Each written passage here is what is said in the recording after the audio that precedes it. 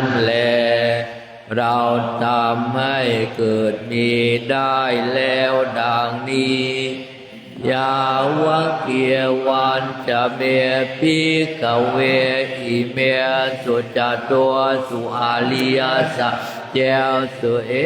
วันติปริวัตตังทวะจะสังการังยะตาปุณตังยานาตาสนังนาสุวิสุตังอาโห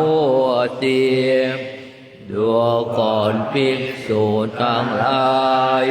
ปัญญาเครื่องรู้เห็นตามที่เป็นจริงมีปริวัติสามมีอาการ12เช่นนั้นอริยสัจทั้งสี่เหล่านี้ยังไม่เป็นกองบริสุทธิ์หมดจดด้วยแก่เราอยู่เพียงใดเนวัตตาวาหังปิกเวทะเตมโลเกสมาระเกสะพระมะเกสัสสมณพระมณิยาปัจจายสเตวมโนสายอนุตตรังสัมมาสัมพุทธิอภิสัมพุทโธปัจจัญญาสิงดูก่อนภิกษุทั้งหลาย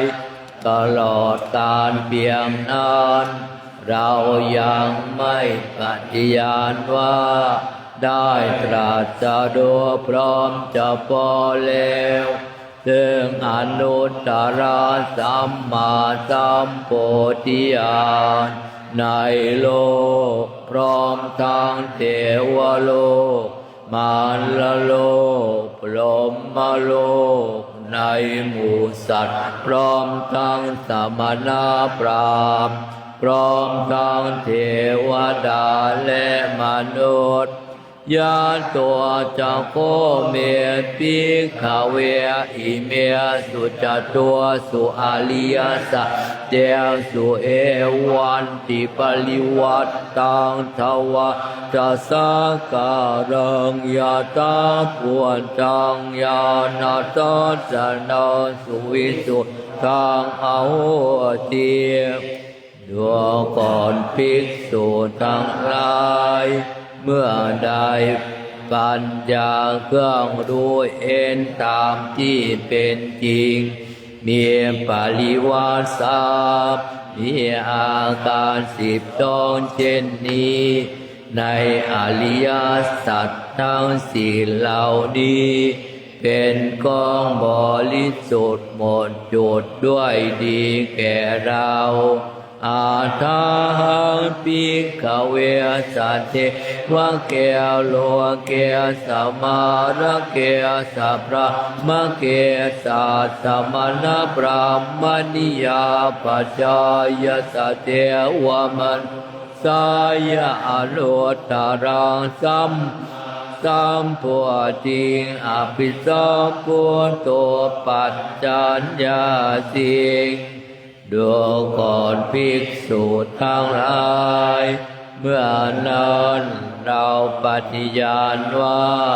ได้ตรัสรู้พร้อมจะพอแล้วซึ่งอนุตตรสัมโพธิญาณในโลกพร้อมทั้งเทวโลกมารโลกพรหมโลกในหมู่สัตว์พร้อมทั้งสมณพราหมณ์พร้อมทั้งเทวดาและมนุษย์ญาณัญจปนะเมภิกขเวทัสสนังอุตตปาทิดูก่อนภิกษุทั้งหลายก็ญาณและทัสสนะได้เกิดขึ้นแล้วแก่เราอาคุปาเมวิมุตติว่าความหลุดพ้นของเราไม่กลับกำเริบอายามันติมาชาติความเกิดนี้เป็นการเกิดครั้งสุดท้าย นาทิตานิคุณาภโวติบัดนี้ความเกิดอีกย่อมไม่มีดังนี้อิตามะวะจะปะกวาพระผู้มีพระภาคเจ้าได้ตรัสธรรมปริยายอันนี้แล้วอาตมานาปัญจวัคคียาปิโกภะคะวะโตภาสิตาอภินันทงพระภิกษุปัญจวัคคีย์ก็มีใจยินดีเพลินภาสิทธิ์ของพระผู้มีพระภาคเจ้าอิมัสสมิงจัปปนาเวยากาลนัสสมิงปัญญมาเนก็แลเมื่อวัยอย่างคนนี้อันพระผู้มีพระภาคเจ้าตรัสอยู่อายัสสมะโตโกนทานยาสวิรจังเวตมะลังตะมัจจังพวงอุตตปาติตักสู่ในธรรมอันปราศจากทุลีปราศจากมลทินได้เกิดขึ้นแล้วแก่พระผู้มีอายุโกนทานยา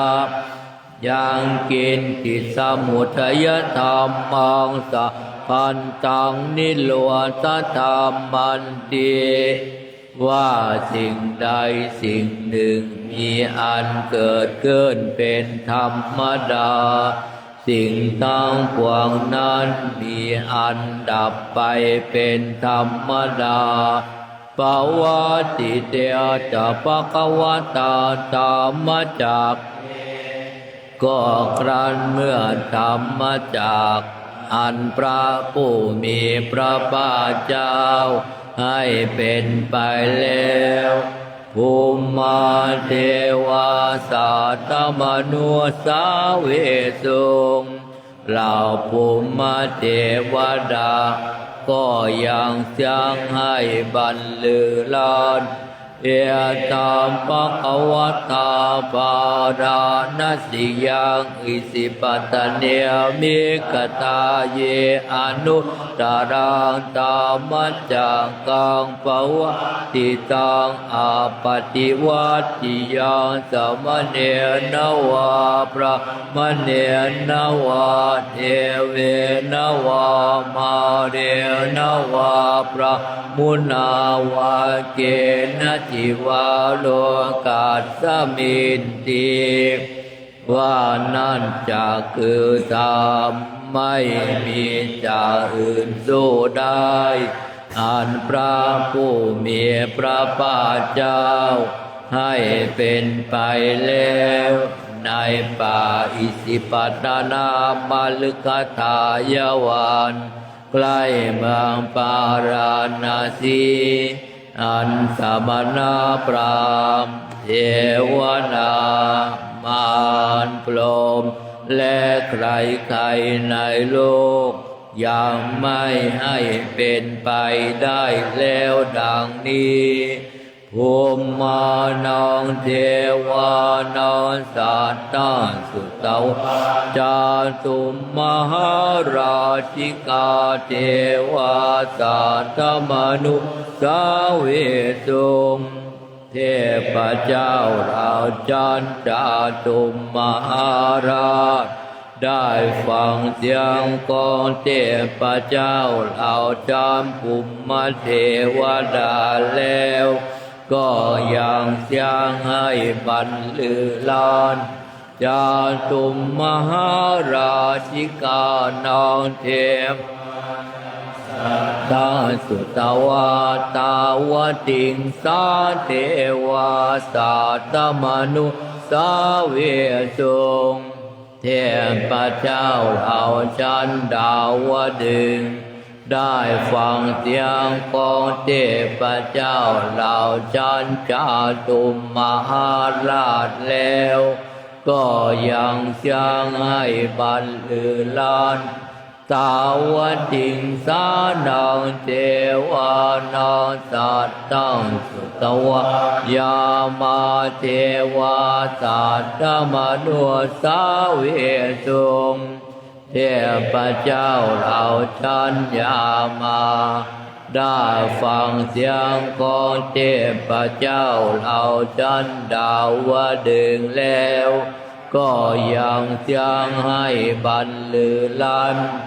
ยามานังเทวานังสัตตาสุตวาสุติตาเทวาสัตตมนุสาเวสุงเทพเจ้าเหล่าชั้นดุสิต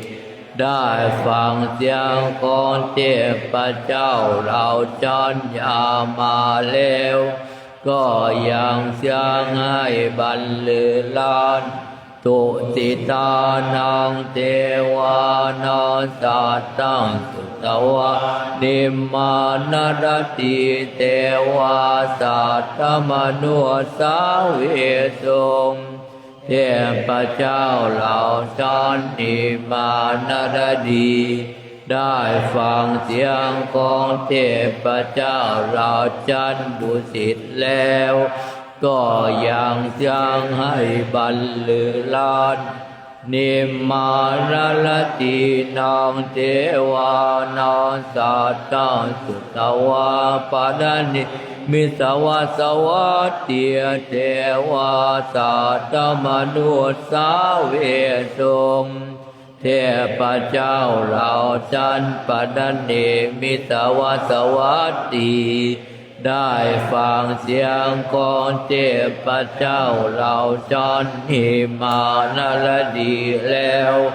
ก็ยังเสียงให้บรรลือลั่นปารานิมิตวาสวัตตินังเทวานังสัตตังสุตวาพระมกายิกาเทวาสัตตมนุสาเวสุงเทพเจ้าเหล่าที่เกิดในพรหมได้ฟังเสียงของเทพเจ้าเหล่าชั้นปฐนิมิสวาสวัสดีแล้วก็ยังเสียงให้บรรลือลั่นเอตามภควตาปาราณสิยังอิสิปตเนมิกตาเยอนุตธรรมจังกังปวัติตังอปติวัตติยังสมณนวาพระมเนนวาเทเวนวามาเรนวาพระมุนาวาเกณทิวาโลกัสสมินติว่านั่นจักคือธรรมไม่มีจากอื่นสู้ได้อันพระผู้มีพระภาคเจ้าให้เป็นไปแล้วในป่าอิสิปตนามฤคทายวันใกล้เมืองพาลาณสีอันสมณพราหมณ์เทวดามารพรหมและใครๆในโลกยังไม่ให้เป็นไปได้แล้วดังนี้เยติหาเตนะคเตนะเตนะมุวเตนะยาวะปามะโลสาโทอาปุคัจฉิโดยขณะหนึ่งครู่หนึ่งนั้นยังขึ้นไปถึงพรหมโลกด้วยประการชนีอายันตัตตหาดีโลกตาตุสังกัมปิสัมปะกัมปิสัมปะเวทีทั้งหมื่นโลกธาตุนี้ได้หวั่นไหวสะเทือนสะท้านลั่นไปอาปมาโนจะโอลาโลโอปาโสโลเกปาสุลโหติทั้งแสงสว่างอันยิ่งไม่มีประมาณ ได้ปรากฏแล้วในโลกอติกรรมเมวะเทวานังเทวานุภาวังล่วงเทวานุภาพของเทพยดาทั้งหลายเสียหมด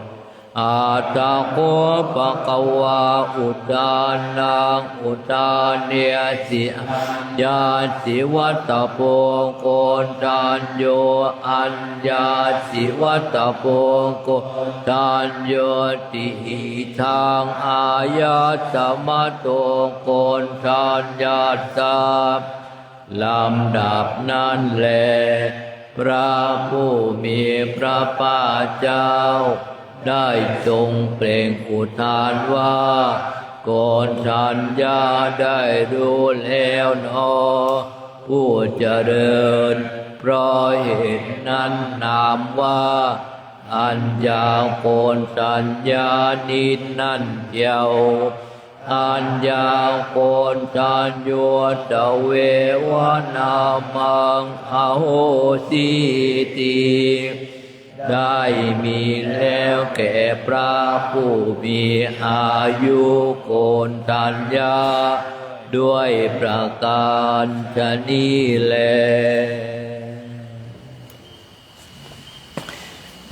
เปิดมากวดน้ำตอนเย็นกัน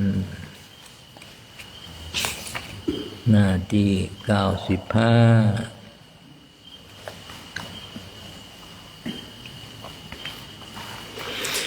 หันตมยังอุทธนาทิตานาคาตาโยปนามาสีอิมินาปุญญากรรมเม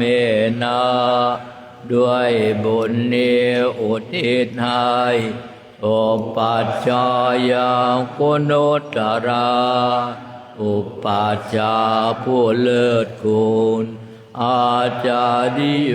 ปกาลาจาและอาจารย์ผู้เกื้อหนุนมาตาปิตาจยาตกาทั้งพ่อแม่และพวงญาติสุริโยจันทิมาราชาโดนจันและราชาผู้นาวันตานราปิจาผู้ทรงคุณเลือสูงจาด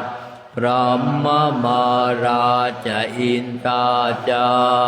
พรหมานและอินทราชโลกปาลาชเทวตาทางถวยเทพและโลกบาลยาโมมิตามนุสาจายมราชมนุษย์มิตรมจตาเวลิกาปิจาผู้เป็นกลางผู้จอมปราณสาเพสัตตาสุขิโหนตุขอให้เป็นสุขตานตรงตัวหน้าอย่าทุกข์ทนบุญญาณิปกตานิเม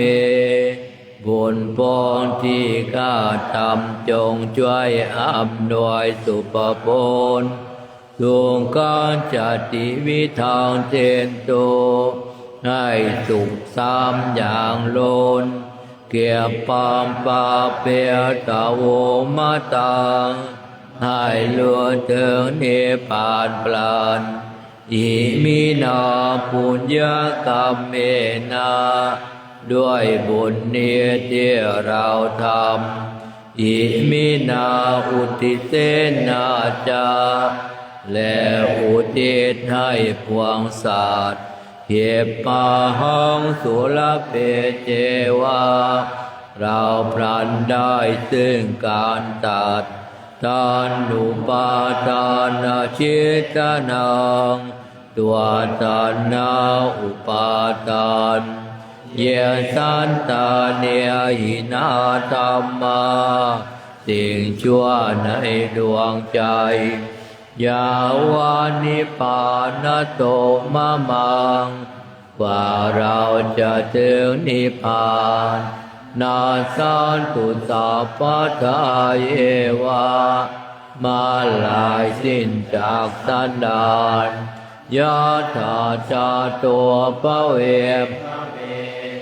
ทุกภพที่เราเกิดอุจุติตาสติปัญญา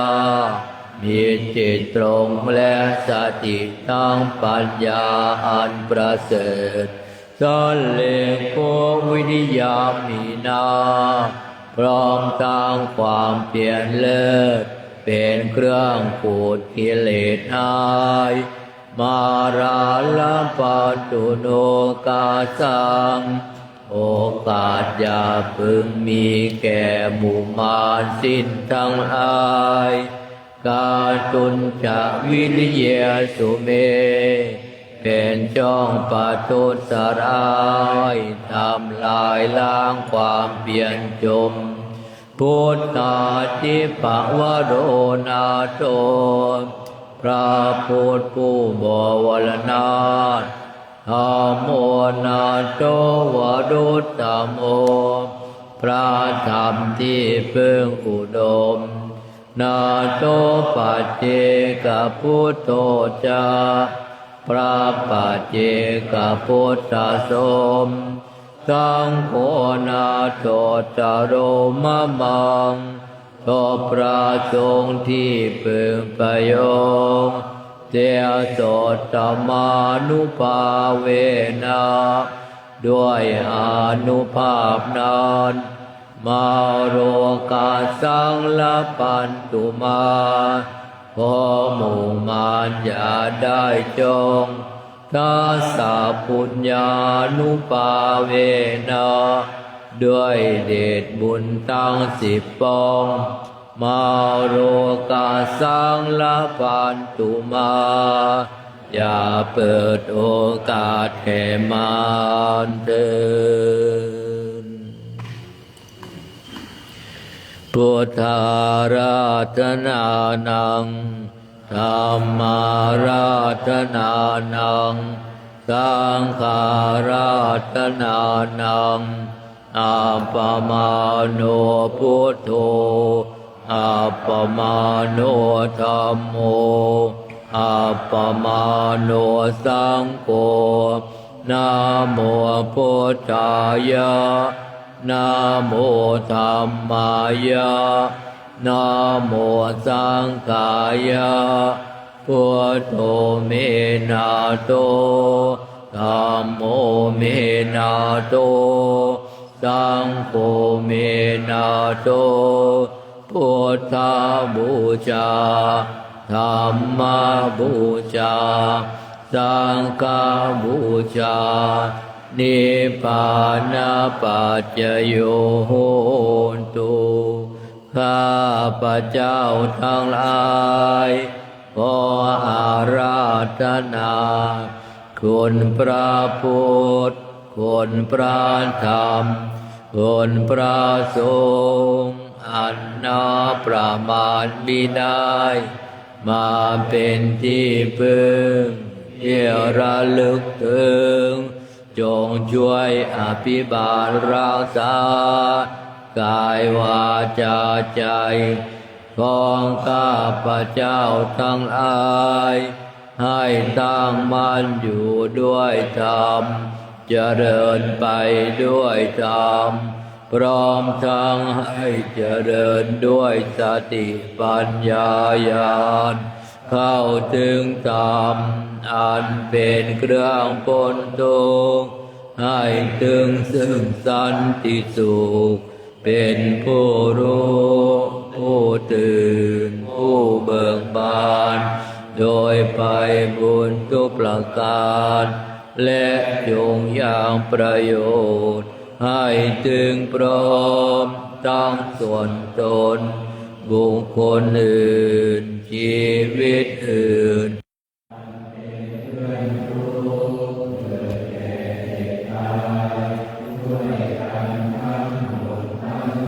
เป็นว่า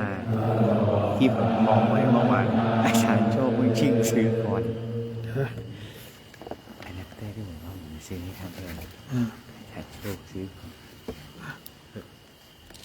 โลบ้าง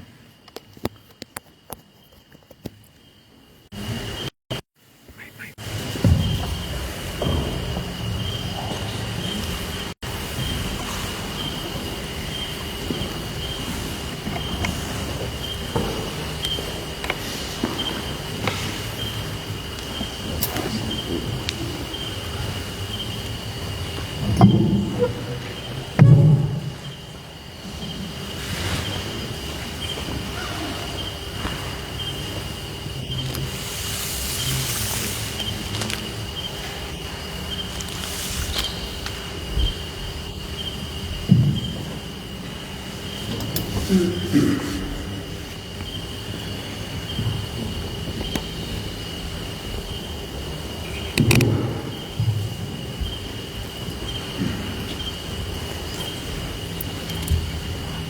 ดีไหม อาจจะไกลหน่อยครับ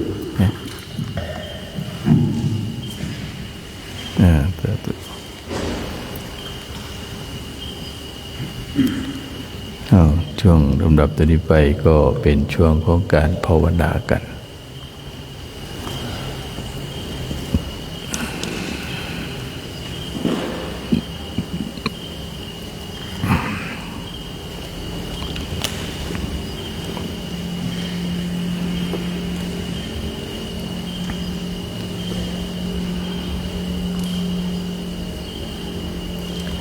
ก็ให้เราท่านทั้งหลายได้ภาวนากันนะเพื่อให้เข้าสู่ความสงบความร่มเย็นให้จิตใจของเราใสๆให้จิตใจของเรานี่สบายเนาะวันนี้สบายแล้ววันนี้อากาศดีอากาศพอดีก็ให้เราท่านทั้งหลายต้องระลึกนึกถึงองค์คุณขององค์สมเด็จพระสัมมาสัมพุทธเจ้าที่บอกว่าความสงบเป็นเครื่องยังให้เกิดความบันเทิงด้านจิตใจร่างกายของเราก็จะไม่เคร่งเครียดบุคคลที่มีความเคร่งเครียดร่างกายวุ่นวายเมื่อจิตใจมันวุ่นวายเมื่อจิตใจวุ่นวายกายก็พลอยวุ่นวายไปด้วยกายก็เลยเป็นทุกข์เดือดร้อนแต่ทำให้จิตใจ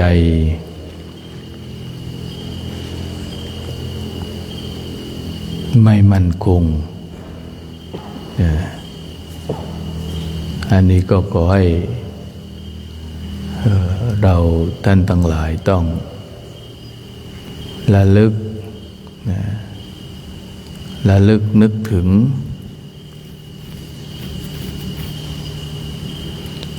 เรื่องของความสงบในอานิสงส์ของอานาปานสตินี้ท่านบอกไว้เมื่อสงบเนี่ยมันมีความสุขทุกขุมขนกายก็สงบเมื่อใจสงบแล้วกายสงบดวงตาก็พลอยสงบหรือว่ามีความสุขไปด้วยเนี่ยความสุขของมนุษย์เราจริงๆก็คืออยู่กับความสงบความสงบในที่นี้แม้แต่มีความเคลื่อนไหวทำสิ่งไรก็มีความสงบได้เช่นเดียวกันถ้าเราเคลื่อนไหวมีความสงบมีปีติเบิกบานใจก็สงบได้เหมือนกันความสงบนี่มันถ้าใจของเราได้ฝึกฝนอบรมกันจริงๆมันทุกๆอริยบทร่างกายของเราอาจจะเคลื่อนไหวแต่ใจก็ไม่ได้เคลื่อนไหวใจก็ไม่ได้เคลื่อนไหวเหมือนขณะนี้ที่เราอยู่ในพระอุโบสถของวัดดอยเราก็จะได้เห็นว่าสงบโดยกายภาพ นะแต่จริงๆก็ไม่สงบก็ยังมีเสียงสัตว์กลางคืนก็ส่งเสียงร้องแต่ใจบางท่านอาจสงบก็เป็นสัญลักษณ์ของกลางคืนก็พลอยสงบไปด้วยบางท่านก็อาจจะไม่สงบไปนั่งพิจารณาคิดไปเรื่องโน้นเรื่องนี้เพราะอะไรเพราะเราไม่มีองค์บริกรรมของการภาวนาเราต้องอยู่เรื่องว่าหยุดจิตของเราให้จิตของเรานี่ไม่ปรุงแต่งจิตของเราไม่ปรุงแต่งไม่วุ่นวายไม่เป็นทุกข์ไม่เดือดร้อนอันนั้นแล้วก็มีส่วนสำคัญให้เราทุกท่านระลึกในการประพฤติปฏิบัติกันพระต้องรู้เรื่องการฝึกจิตการฝึกจิตเป็นเรื่องสำคัญการฝึกจิตเนี่ยเป็นเรื่องสำคัญไม่ใช่ว่าไม่สำคัญเพราะว่าเราบวชกันเข้ามาทางสายตรงขององค์สมเด็จพระสัมมาสัมพุทธเจ้าของเราที่เป็นทางสายตรงที่เป็นของที่มุ่งไปสู่จุดมุ่งหมายคือความเข้าถึงพระนิพพานต้องเริ่มจากการฝึกจิตดูจิตเห็นจิตเห็นจิตเห็นอริยบทอริยบทเห็นจิตวนเวียนกันไปถ้าเราท่านทั้งหลายไม่เห็นจิตแล้วเราก็จะไม่เห็นคุณค่าของการที่เราได้มีโอกาสเข้ามาบวชในพระพุทธศาสนา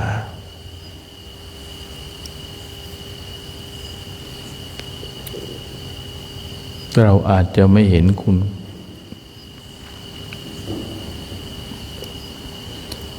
ณค่าในทางของพระพุทธศาสนา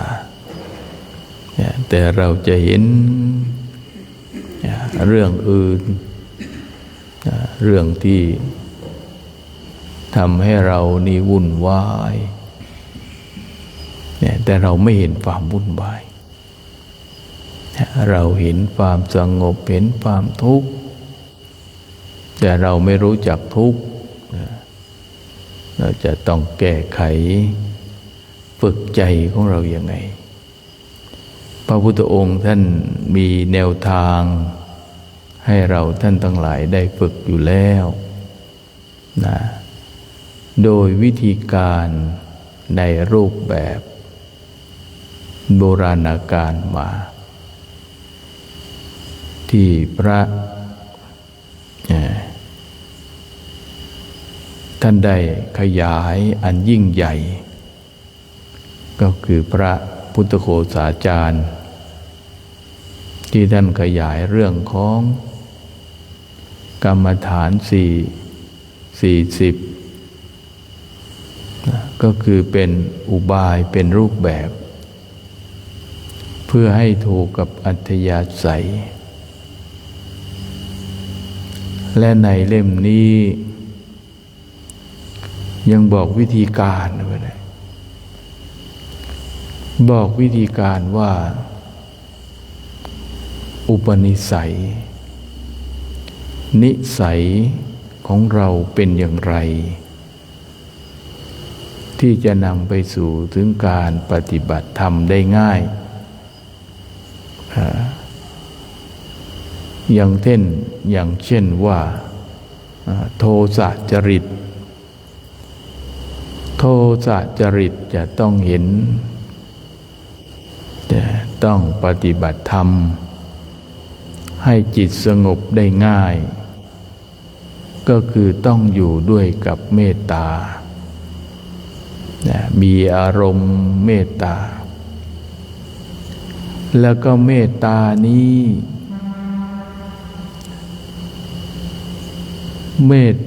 ้ก็ไม่ใช่ว่าแผ่เมตตาอย่างแผ่เมตตาสัพเพสัตตาอยู่แค่นั้นอย่างเดียวก็ถูกไหมก็ถูกเหมือนกันแต่ถูกนิดเดียวผู้ที่บำเพ็ญเมตตาก็ต้องอารมณ์จิตอยู่ด้วยเมตตาอารมณ์จิตอยู่ได้ด้วยเมตตาเกื้อกูลด้วยเมตตา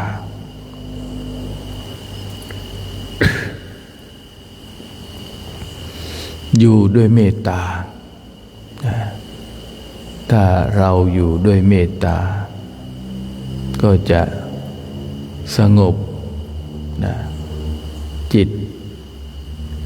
พอเห็นบุคคลอื่นเห็นใครก็เราก็จากที่เรามีอคติมีอคติบ้างอย่างนั้นอย่างนี้เราก็ต้องอยู่ด้วยเมตตาอยู่ด้วยความเกื้อกูลด้วยความอนุเคราะห์สงเคราะห์หยิบยื่นความปริโภทความกังวลก็หมดไปจิตก็จะสงบจิตที่กับเพื่อมก็กับเพื่อมด้วยเมตตากับเพื่อมก็กับเพื่อมด้วยเมตตาโอ้ยเป็นสุขอย่างนี้นะจิตที่มองอยู่อย่างเงี้ยอยู่ด้วยเมตตาด้วยความเกื้อกูลด้วยความอนุเคราะห์สงเคราะห์ด้วยเกื้อกูลเป็นไปอันนี้ก็เรียกว่าด้วยเมตตาด้วยความเกื้อกูลด้วยความอนุเคราะห์สงเคราะห์เรียกว่ามีเมตตาธรรมเมตตาที่อยู่ในจิตของผู้ที่มีอารมณ์ก็คือโทสะก็จะง่ายขึ้นคือการปฏิบัติธรรมก็จะง่ายขึ้นถ้าเราสมมติว่ามีโทสะจริตแต่เรากลับไป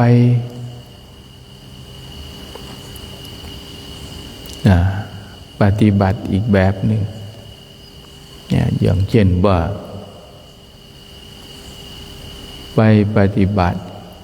เป็นพวกอสุภะไป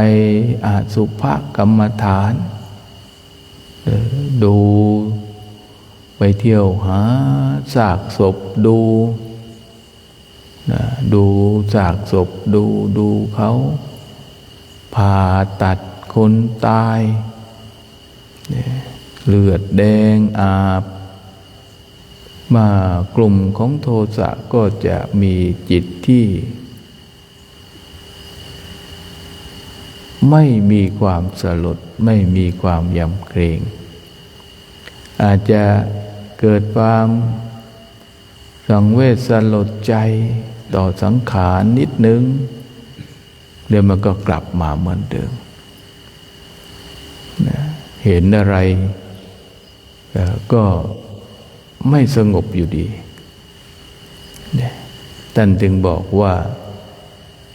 ในตำราที่ท่านได้นำแนวทางให้เดินเข้าไปสู่ความสงบเป็นของที่ต้องถูกกับอัธยาศัยจริตของคนเรามันก็เป็นลักษณะนี้แหละคล้ายๆกันค คล้ายๆกัน ให้เรานั้นได้ปฏิบัติไปนะมันก็จริตก็มีไม่เหมือนกันดังที่ได้บอกมาเนี่ยนี่คือวิธีการที่จะประพฤติปฏิบัติเข้าไปสู่ถึงความสงบถึงความลึกซึ้งในส่วนของธรรมนะความลึกซึ้งในส่วนของธรรมนะจิตใจก็จะได้เข้าถึงคำว่าพระไตรลักษณ์คือว่าถึงเรื่องของความเป็นอนิจจังทุกขังอนัตตาความเป็นอนิจจังทุกขังอนัตตาเรื่องเห็นถึงความไม่เที่ยงความเปลี่ยนแปลงเนี่ยได้ง่ายใจของเราสงบใจของเราท่านทั้งหลายได้สงบแล้วเนี่ยก็จะต้องเข้าสู่กฎของความเป็นอนิจจังทุกขังอนัตตาอย่างแน่นอนไม่ผิดเพี้ยนนั่นคือการปฏิบัติเข้าสู่จุดมุ่งหมายของการเกิดมาเป็นมนุษย์เพื่อมาขจัดหรือว่ามาดับทุกข์ทางใจนะให้เราท่านทั้งหลายได้ภาวนากันอีกสักระยะหนึ่งนะจนฝ่าจะเวลาอันเหมาะสม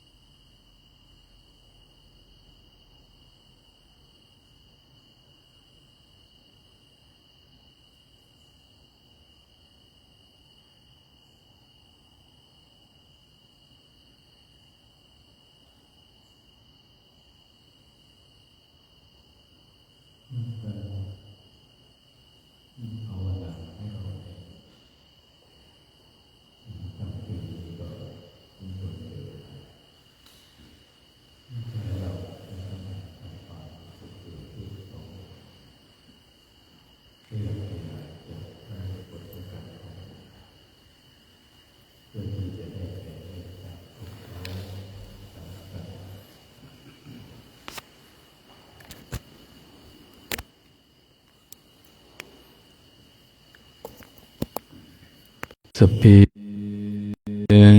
สันตังอาเวราหุ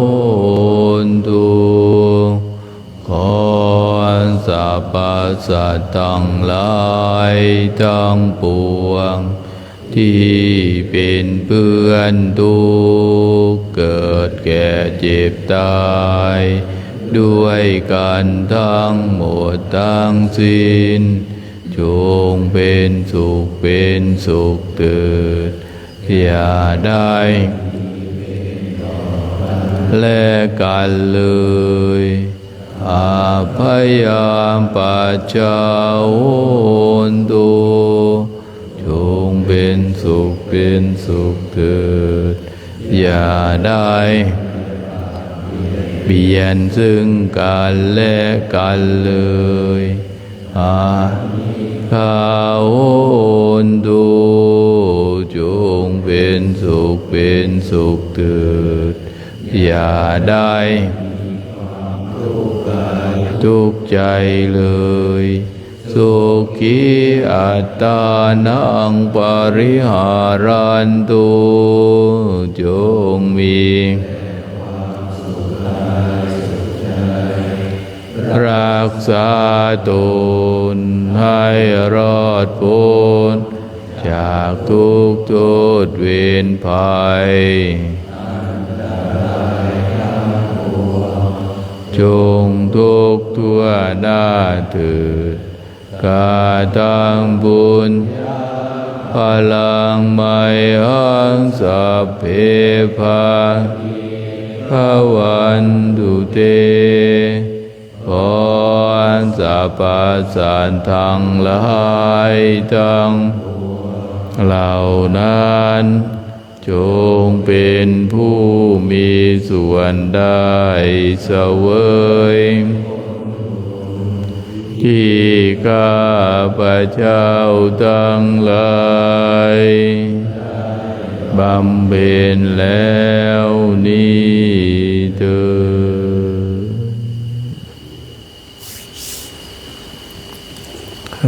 สาธุสาธุ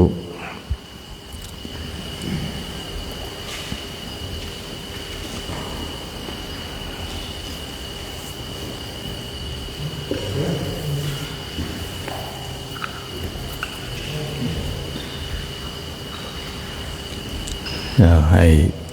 สามเณรได้จัดการนะแบ่งกันมั่งก็ได้เนเนอได้ช่วยกัน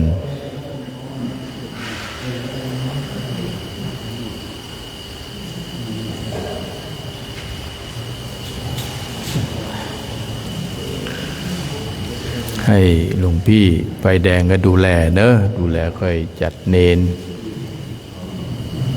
คุมเนนเพราะเคยปีที่แล้วเป็นเนนวันนี้เนาะ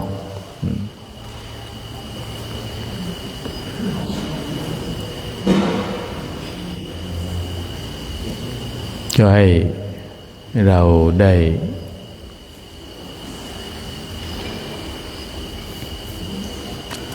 นึกถึงเนาะ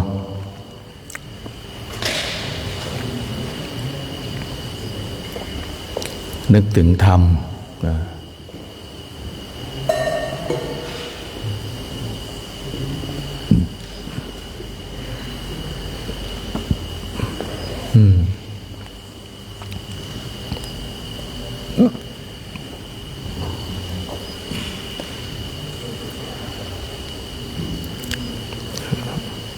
สาธุสาธุ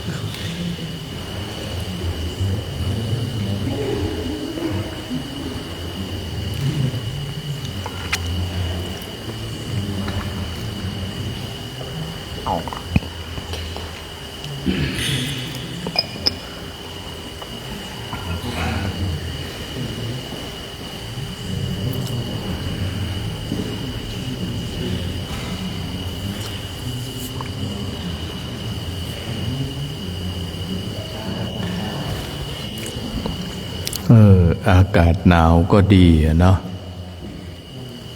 ฝนตกก็ทดสอบให้พระคุณเจ้าได้มีความแข็งแกร่งเนาะทีนี้อากาศหนา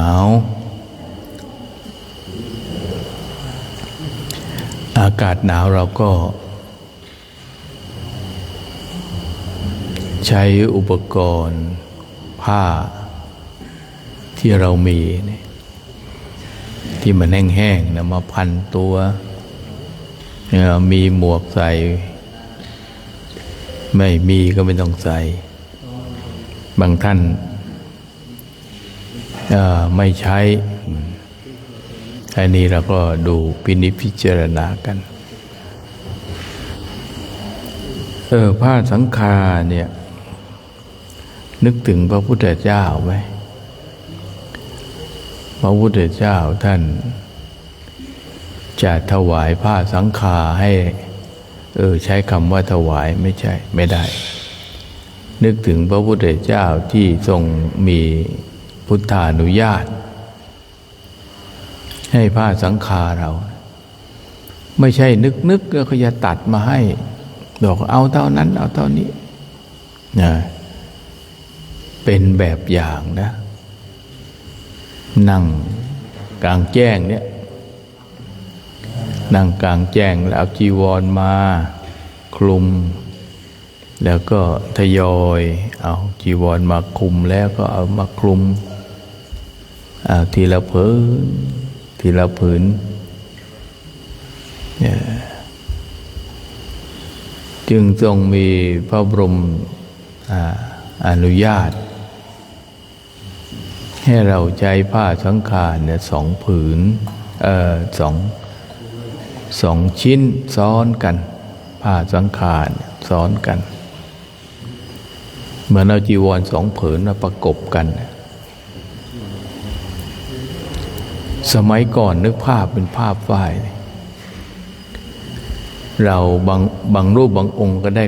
ด้กฐินนั้นท่านบอกว่าไม่ต้องเอาไปที่ไหนก็ได้นึกถึงว่าเป็นผ้าฝ้ายก็คือผ้านวมดีๆเนี่ยยิ่งอะไรยิ่งปะชุนไปแล้วก็ไปกันใหญ่เนาะหนาหนักนะแล้วก็เอามาห่มมาคลุม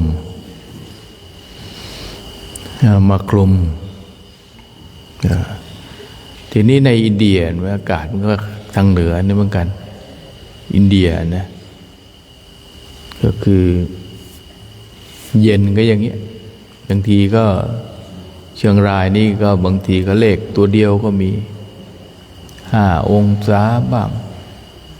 เนี่ยพวกเนี้ยที่เรียกว่าเลขตัวเดียวเสร็จแล้วเราก็ลองนึกภาพดูแล้วก็หนาวนาน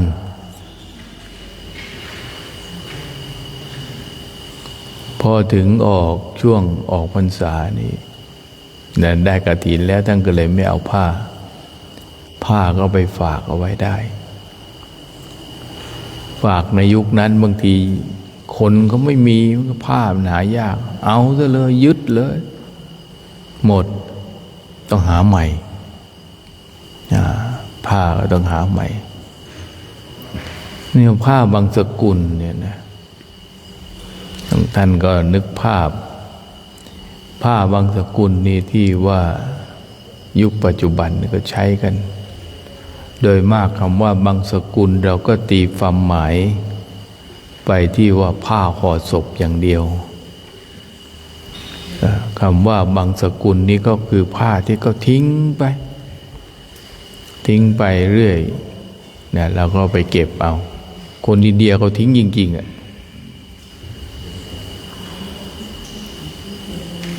จะใช้ระยะหนึ่งแล้วก็ไม่เอาแล้วนะแล้วก็ประเทศไทยนี่หาไม่ค่อยได้อย่างนั้น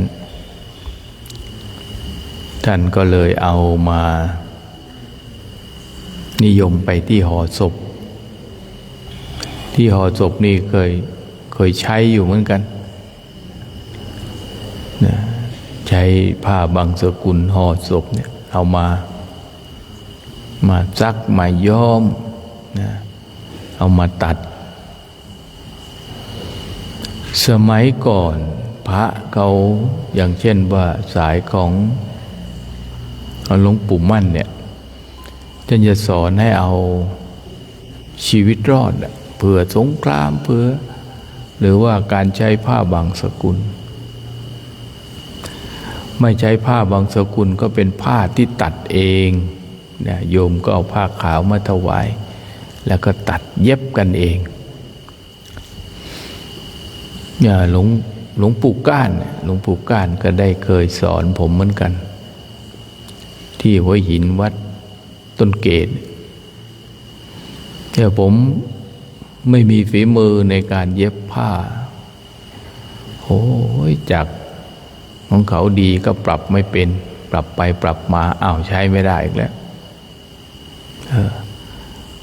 เย็บก็เป็นแบบงูเลื่อยไปเลื่อยมาแต่พอเราเย็บเสร็จนี้มันภูมิใจนะท่านมันภูมิใจว่าเราก็ทำได้เหมือนกันคดไปคดมาแต่ก็อธิษฐานถ้าผ้าดิบธรรมดาอย่างเดียวโอ้ยอธิษฐาน3 ปีพลุนมาแล้วท่าน3 ปีนะปะไม่หวัดไหวนะสมัยก่อนซักย้อมใช้แก่นมะนุนมาต้มแล้วก็มาซักย้อมทุก15 วันย้อมกันทิ้งแล้วก็ทำเป็นสตุก้อนออกเดินทางไปนะก็ย้อมซักย้อมทุก15 วันในยุคนี้มันก็เปลี่ยนไปโลกก็เปลี่ยนไปโลกก็เปลี่ยนไปเราก็มีการตัดเย็บอันประณีตญาติโยมที่ไปบูชาหรือว่าไปซื้อมาเอามาถวายพระคุณเจ้ามาไตรชุดหนึ่งก็โอ้ยเนาะแต่เราคงจะแก่เนาะก็ไม่ธรรมดาเหมือนกันนะแพงผู้ตัดก็บอกว่าไม่แพงเพราะเป็นงานประณีตผ้าจีวรของพระคุณเจ้าช่วงฤดูหนาวเนี่ยใช้เป็นประโยชน์นะจะอย่างช่วงฤดูร้อนพ่อไปบิณฑบาตเสร็จแล้วก็เอาจีวรไปพึงเดี๋ยวก็มาจัดอาหารแล้วก็ฉันกันในยุคก่อนนะพอผมมาอยู่ทางเหนือโอ้โหทำยังไงไม่ได้ตอนเช้ามันหนาวเนาะจงมาเช้าเงี้ยสมมติว่าไปเดินบิณฑบาตกลับมามันยังไม่นั่นไม่ได้ต้องมาห่มกันต่อสมัยก่อนก็ยังไม่ได้มีเสื้อมีอะไร เสื้ออะไรก็ไม่ค่อยมีการ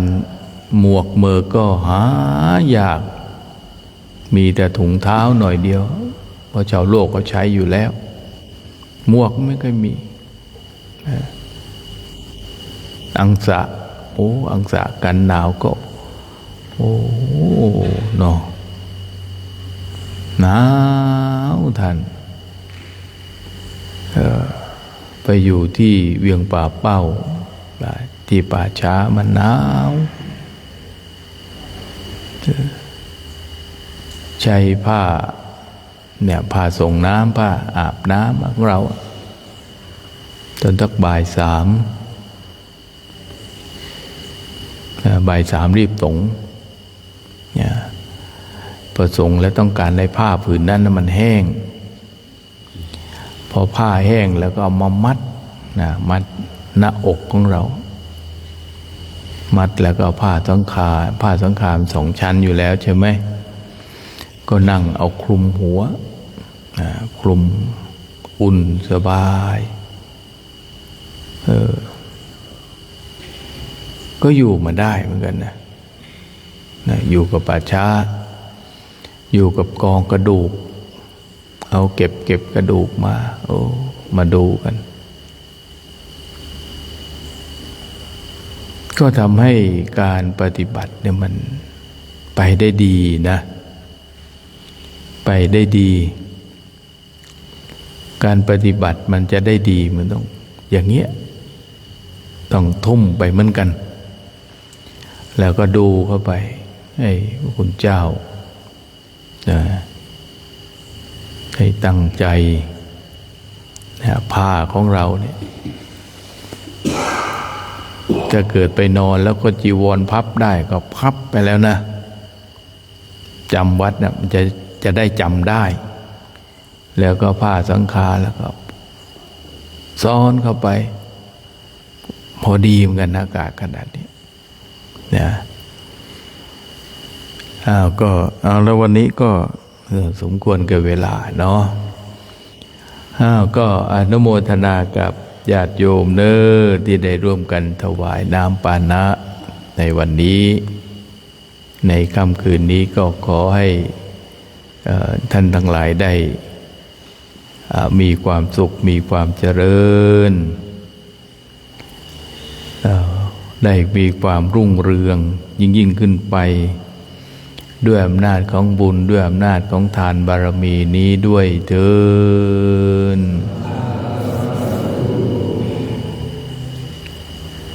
สัพพโรกาวินิมุนโตสัม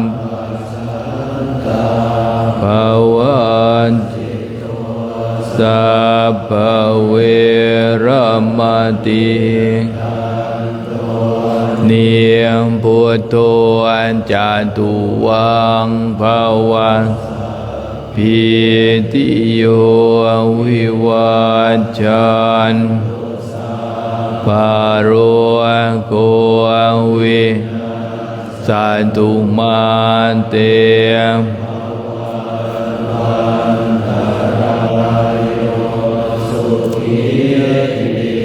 กายยุโกอัมภวะอภิวันจนะสิลิสานิจวุฒามปัจจัย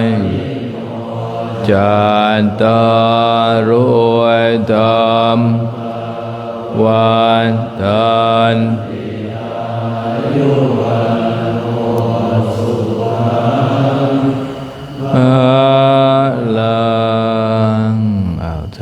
สาธุก็อนุโมทนากับท่านพระศรีสุวรรณวงจันทร์นะ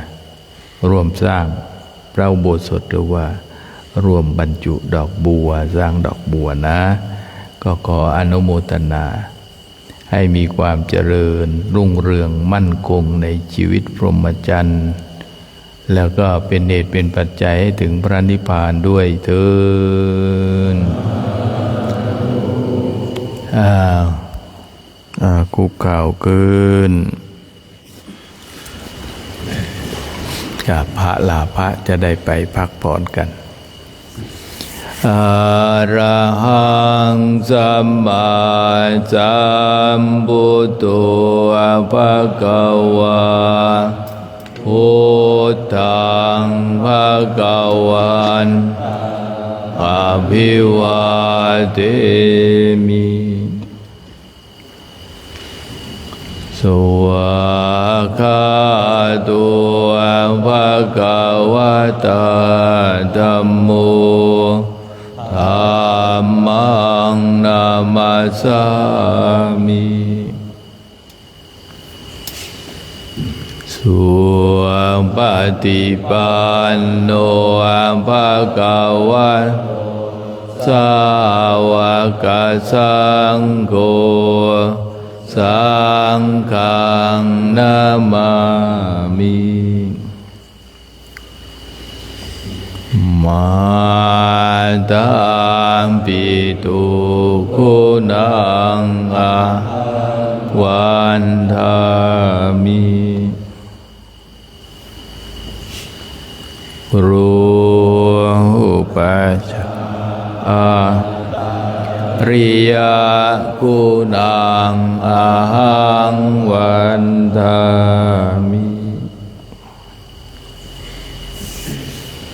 พระสงฆ์กราบพระเดชพระคุณหลวงพ่อพร้อมกันเด้อพร้อมกันแล้วกราบ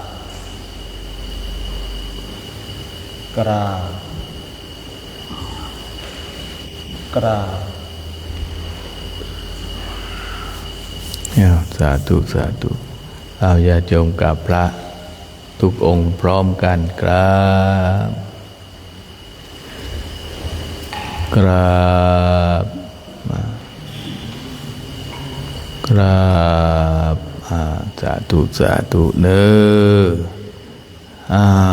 พระคุณเจ้าพักผ่อนกันพรุ่งนี้ก็ได้ไปเดินทางไปลำปางกันแล้วกลับมาวัดดอยมา